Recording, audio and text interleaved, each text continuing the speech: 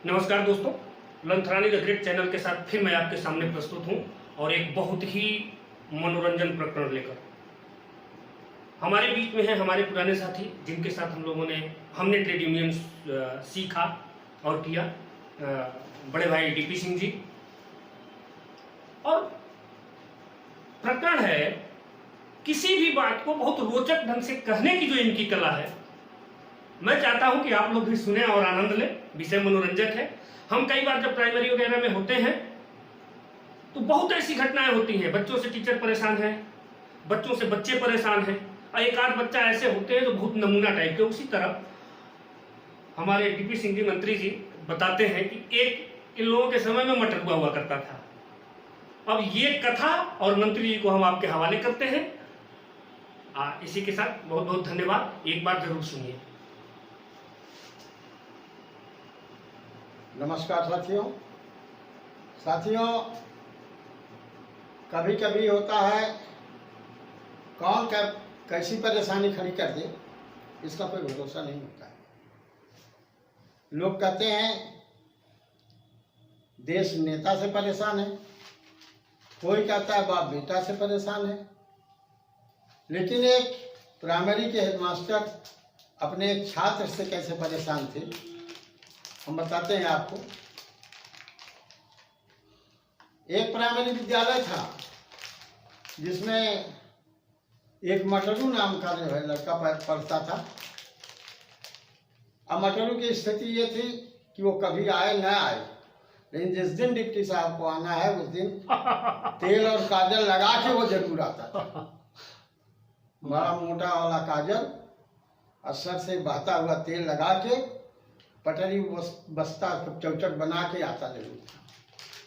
जबकि हेडमास्टर साहब उसको बता देते थे कि मतलब कल तुमको नहीं आना, तुम्हारे पूरे दिन की छुट्टी है, तुम न आना बेटा।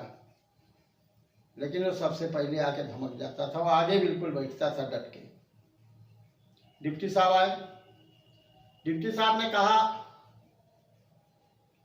बच्चों स्थानीय मान का मतलब क्या समझते हो? मटरू ने हाथ तान दिया पहले। डिप्टी साहब के पीछे हेडमास्टर साहब खड़े थे। डिप्टी साहब ने कहा बताओ बेटा बताओ क्या नाम है? कहना नाम तो साहब मटरू है। कहना स्थानीय मान जानते हो? बोला हाँ जानते हैं। बोले कैसे? कहना डिप्टी साहब जैसे ये बाल है। बोले बाल है? कहीं ये बाल को केस कहते हैं, केस बाल। कहीं हाँ केस कहते हैं। बोला ये बाल है? कहीं हाँ। बोला ये मुछ है? मुछ। बोले हाँ। बोले ये बाल है? कहीं हाँ। बोले सीने का बाल है? कहीं हाँ। कहीं एक पेट का बाल है? तब तक मास्टर साहब समझ गए कि अब नीचे उतर रहा है मटरुआ। और मास्टर साहब ने कहा अबे मटरू नौकरी ले लेगा का बेटा, अब नीचे ना जाना। उसने समझा दिया कि डिप्टी साहब बाल का स्थान बदलने से स्थानीय मान बदल जाता है, इसलिए जो है डिप्टी साहब के सामने जो है नौकरी ना जाए। मास्टर साहब चिल्ला पड़े कि अब नीचे मत उतरना, कुछ और मत कहना। साथियों इस बार तो डिप्टी साहब आके चले गए। थोड़े दिन महीना 2 महीना बाद फिर डिप्टी साहब आए। मास्टर जी एक बार तो समझ चुके थे कि नौकरी किसी तरीके से बची है, आगे नौकरी का क्या होगा। बोले मटरू कल तुम नहीं आओगे, कल डिप्टी साहब आ रहे हैं, तुम आओगे नहीं ये समझ लेना। मटरू कहीं अरे साहब डिप्टी साहब आ रहे हैं हम नहीं आएंगे। बोले तुम नहीं आओगे कुछ भी हो जाए। मटरू ने कहा ठीक है देखा जाएगा। लेकिन जिस दिन डिप्टी साहब को आना था तो कोई नहीं पहुंचा। मटरू पहले अपना जो है पट्टी बोरा लेके काजल टिकली लगा के पहुंच गए, तैयारी से खूब पहुंचे। डिप्टी साहब आ गए। मटरू ने डिप्टी साहब ने पूछा बेटा धनुष कौन तोड़ा था? सीता का स्वयंवर हुआ, उसमें धनुष किसने तोड़ा था? कोई लड़का बता सकता है? सब लोग शांत बैठे रहे। डिप्टी साहब ने कहा जो लड़का बता सकता है हाथ उठावे। मटरू बार बार अपना हाथ ऊपर नीचे कर रहे थे, बाकी लड़के अपना बैठे थे। डिप्टी साहब ने कहा ठीक है बेटा बताओ किसने तोड़ा? मटरू सोचते सोचते बोले कि डिप्टी साहब उस दिन तो हम आए नहीं थे, लेकिन सबसे मजबूत मोटका मुंशी जी हैं, वह तोड़े हुए हैं। मोटके मुंशी जी पर शक है, उन्हीं से पूछ लिया। फिर अध्यापक हेडमास्टर को परेशानी बढ़ गई, जब ये मोटका मुंशी जी बता दिया। किसी तरीके से डिप्टी साहब जब गए, उनको बहुत समझाया गया मटरू को। मटरू बोल दिए कि हम रोज आवे चाहे ना आवे, लेकिन डिप्टी साहब जिस दिन आएंगे उस दिन मास्टर जी हम आएंगे जरूर, और डिप्टी साहब जो पूछेंगे बताएंगे जरूर। विद्यालय का नाम रोशन करना है, आपका नाम रोशन करना है, हम ऐसे करते रहेंगे। मित्रों, जब मटरू ये बात बता के कि हम आएंगे जरूर, समय बीतता रहा, चलता रहा। महीना 2 महीने अभी तक डिप्टी साहब का फिर प्रोग्राम आ गया। हेडमास्टर ने कहा मटरू इस बार आना नहीं, पटकी देंगे तुमको, आना नहीं। बोले ठीक साहब देखा जाएगा। मटरू ने क्या किया, जिस दिन डिप्टी साहब को आना उस दिन फिर पहले के तरीके आके बैठ गए।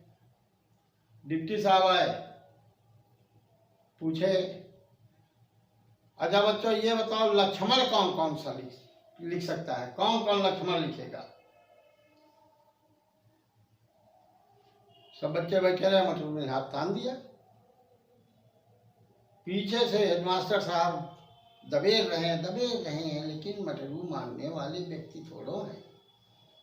मटरू तो मटरू। अब मटरू जो है हाथ ताने पड़े हैं मेरे। डिप्टी साहब बोले कि ठीक है मटरू बताओ बेटा तुम श्यामपट पे लिख सकते हो? बोले लिख देंगे। तो बोले कि जो है लिखो। तो मटरू लक्षम लिख दिए। बात फंस गई अड़ा की कि कौन सा अड़ा लगेगा। मटरू सोचने लगे। डिप्टी साहब बोले कि बेटा क्या सोच रहे, लिखो सही लिखे हो। बोले डिप्टी साहब सोच रहे हैं अड़ा जो लगेगा इसमें वो लड़का वाला लगेगा कि गणेश वाला लगेगा, यही भूल गया है। मास्टर साहब फिर जो है परेशान की तो बड़ा जो है समस्या खड़ा किया है। डिप्टी साहब ने कहा चलो बेटा ठीक है, तुमको ये मालूम है कि अड़ा लगेगा, तो जो भी अड़ा तुम लगा दोगे तुम्हारा मान लिया जाएगा, इसलिए तुम मटरू हो। मित्रों, कभी कभी अपनी बात सही पूरी न बताने का भी परिणाम बुरा भोगना पड़ता है। होता क्या है, आप किसी के यहाँ गए, आधी बात बताए आधी नहीं बताए, उसके समझ में आया नहीं समझ में आया।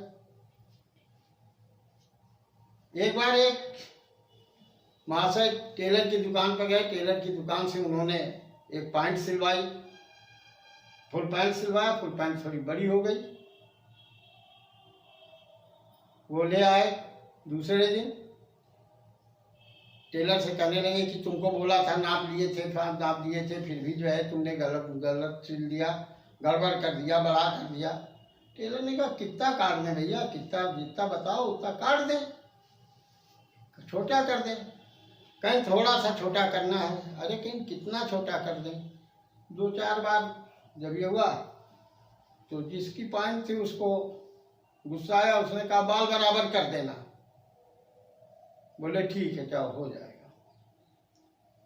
वो चले गए। जब टेलर को फुर्सत मिली तो संजोग से सरदार टेलर था, उसने एक बाल निकाला और नाप के उसको काट दिया, काट के सिल दिया। जब वो आए उसने दिया कि ये लो। अब वो और बिगड़ गए। साले पहली बार में बड़ा सिल दिया, एक बार हाफ पैंट बना दिया। बोले देखो जितना तुमने कहा था उतना काटा है, उससे अधिक काटा नहीं है। बोले कैसे काटे हो, यानी तुम बाल बराबर कहे थे ना। बोले हाँ। बोले तो जिस बाल से नाप के काटे हैं वो भी रखा है, और कहो दूसरा उखाड़ के तुमको दिखा दे, नाप लो। वाह, काटा तो बाल है बराबर। अब वो परेशान हो गए, बेचारे क्या करे, पहले तो फुल पॉइंट बड़ी, अब हाफ पॉइंट हो गई। तो हमारा तो यही सुझाव है आप लोगों को कि जिससे कुछ बात करिए तो पूरी बात बताइए, नहीं बाल बराबर अगर कट गया तो मामला सब साफ हो जाएगा। बहुत धन्यवाद मंत्री जी। और लंथरानी द ग्रेट में मैं ऐसे ही नए नए लोगों को नए नए चुटकुलों के साथ एकदम ओरिजिनल थीम के साथ आपके मनोरंजन के लिए आता रहूंगा। बहुत बहुत धन्यवाद, और बहुत बहुत धन्यवाद आपका भी। लगातार देखते रहिए आप लंथरानी द ग्रेट, इंटरटेनमेंट के लिए सबसे बढ़िया चैनल, आपका चैनल। धन्यवाद।